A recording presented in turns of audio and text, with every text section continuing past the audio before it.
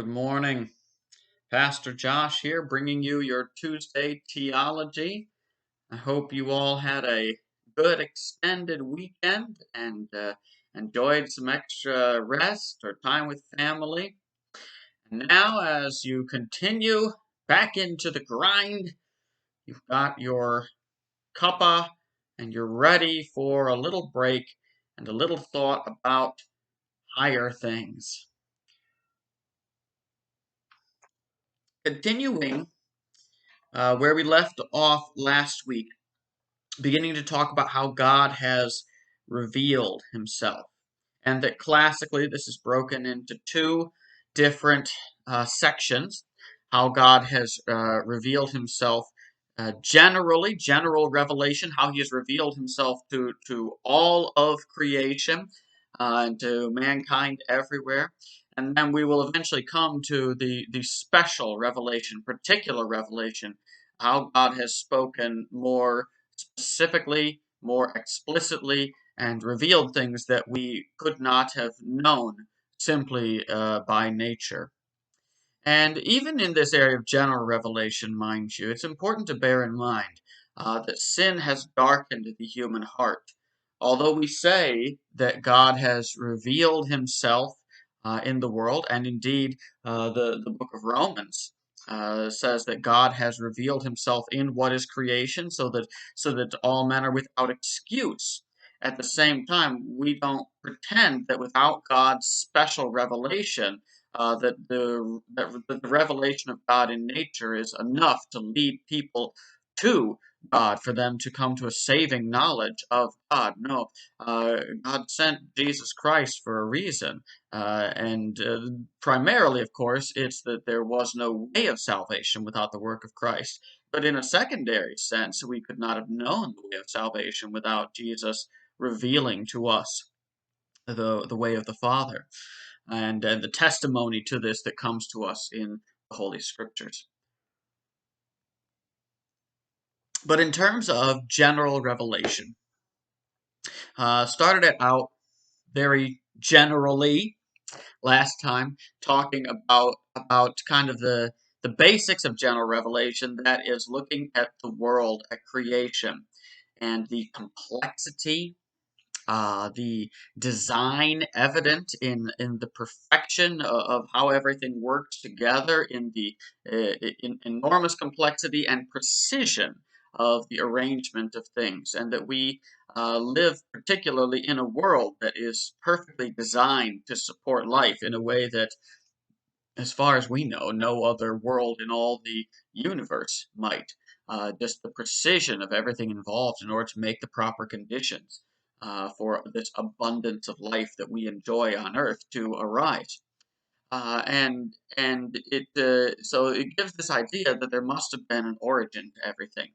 There must have been a creator. There must have been a designer, and that designer is immensely intelligent and powerful and good and kind. But of course, there is a mixed testimony because in nature we find not only good things but also destruction and violence in the animal kingdom and diseases and things like that. And that is because of the fall, because we are separated from our Creator. But to look more specifically at some of the other things, and this is what people maybe don't think about as often, when we look at the human being and the particular uh, powers of perception and thought and contemplation that we enjoy. There's an added bit about what we can see about the greatness and the wonder of our Creator. When you look at Psalm 139, verse 14. David is talking and he is describing the greatness of God and all of God's knowledge, and that the presence of God is inescapable. And he goes on in verses 13 to say, "For you formed my inward parts, you knitted me together in my mother's womb." He has a sense of God's personal creative attention to him. "I praise you, for I am fearfully and wonderfully made. Wonderful are your works. My soul knows it very well."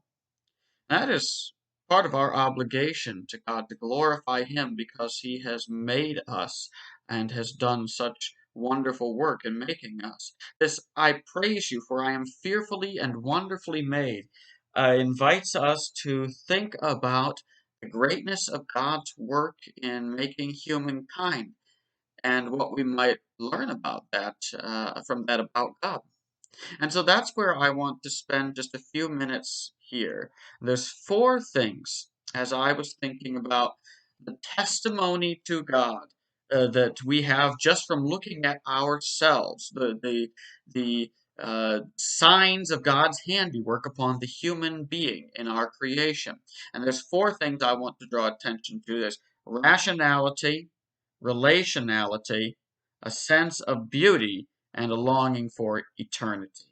And I'm going to touch on each of those just very briefly. But to give you a picture of what I mean, when we look at the human being, we have a whole nother dimension of the revelation of God's glory and intelligence and his nature and the wonderful things about him than we would see just from looking at the animal kingdom and the mountains and the trees and everything out there. And the fact that we can process it as humans adds a whole nother dimension to it. Beginning with rationality, there are all kinds of animals in the world. And there are certainly, in a sense, you can group humans in with the animals. You can say that we are mammals and we're vertebrates and so on. But there's a clear division between humans and all of the animals in the world. There is a clear gap that separates us utterly from them, and that explains, of course, why we are the dominant species in this world. And that theologically is that unlike all of the other animals, we are made in the image of God. We are special creatures. There's a sense in which it's wrong to call humans animals because we are not merely animals.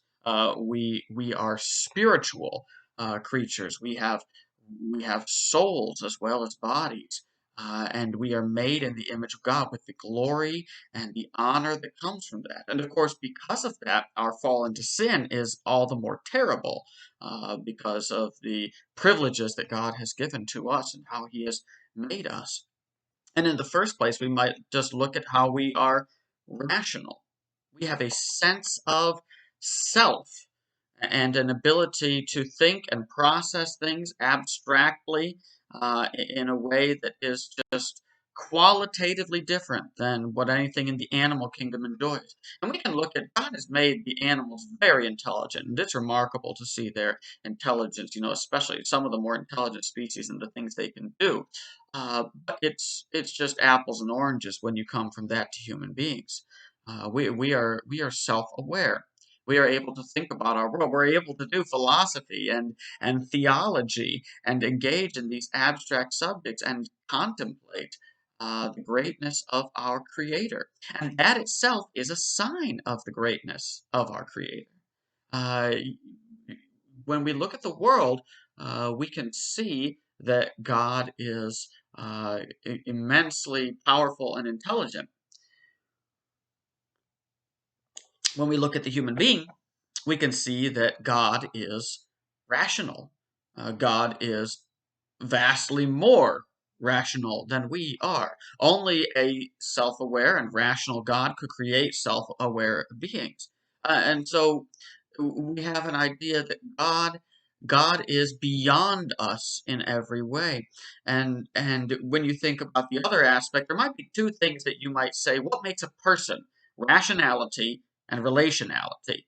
And if God created us as persons with rationality and relationality, then He too must possess these in a vastly superior way.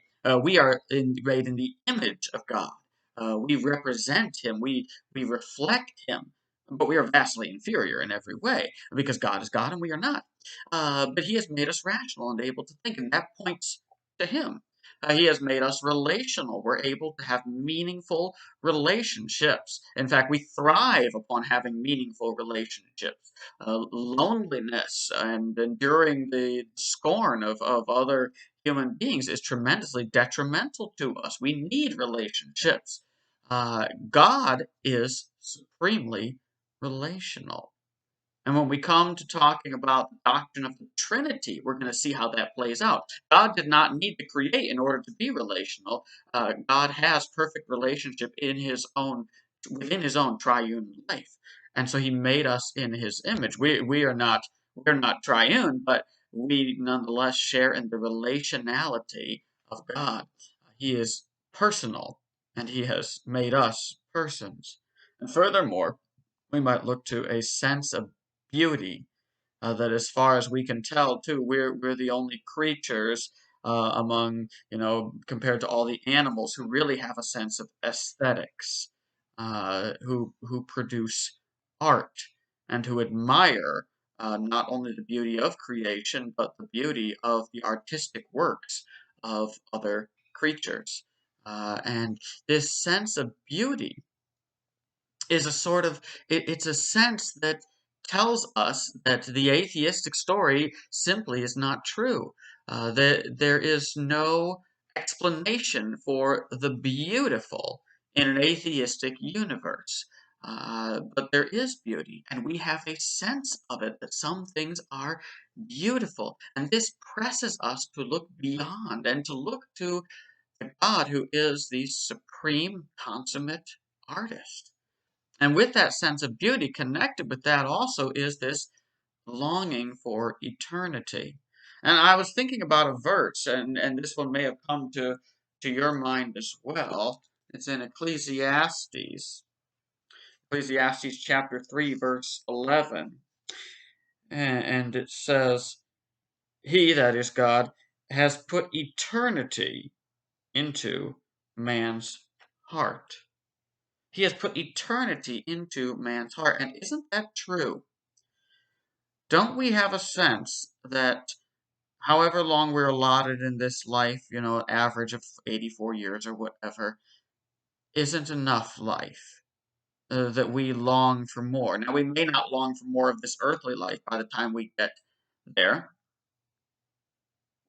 And especially, I have known dear Christians who come into old age and the body starts breaking down and they're ready to go.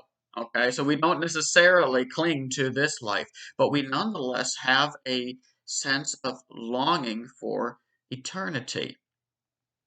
And people can offer explanations for that, of course, but the explanation that I think makes the most sense, because it's true, is God has made us for eternity. Death is unnatural. To the naturalist and the secularist, death is the most natural thing in the world. But to the Christian, death is unnatural. It is the result of sin, and it's on its way out. Jesus dealt it a mortal blow on the cross. Yes, death dealt death a mortal blow, and it's on its way out. And God has offered eternal life, and He has placed a longing for eternity in the human being, because that's how we were created. We were created to be with God forever in a relationship with the supremely rational God who is all beautiful. Do you see the pieces begin to fit? And so these things point us to the glory and wonder of the Creator and our belonging to Him. And they set us up for the word of the gospel, that God so loved the world that He sent His only begotten Son, that whoever believed in Him should not perish but have everlasting life. He has put eternity in our hearts, and He has made a way for us to be with Him for all eternity. And it is my greatest hope for all of you watching that you have found the way. And if not, that you will pursue it and that you will find that life that comes by faith in Jesus Christ, who loved you and gave Himself for you. Meanwhile, have a good week, enjoy your tea, and we will see you again. God bless you.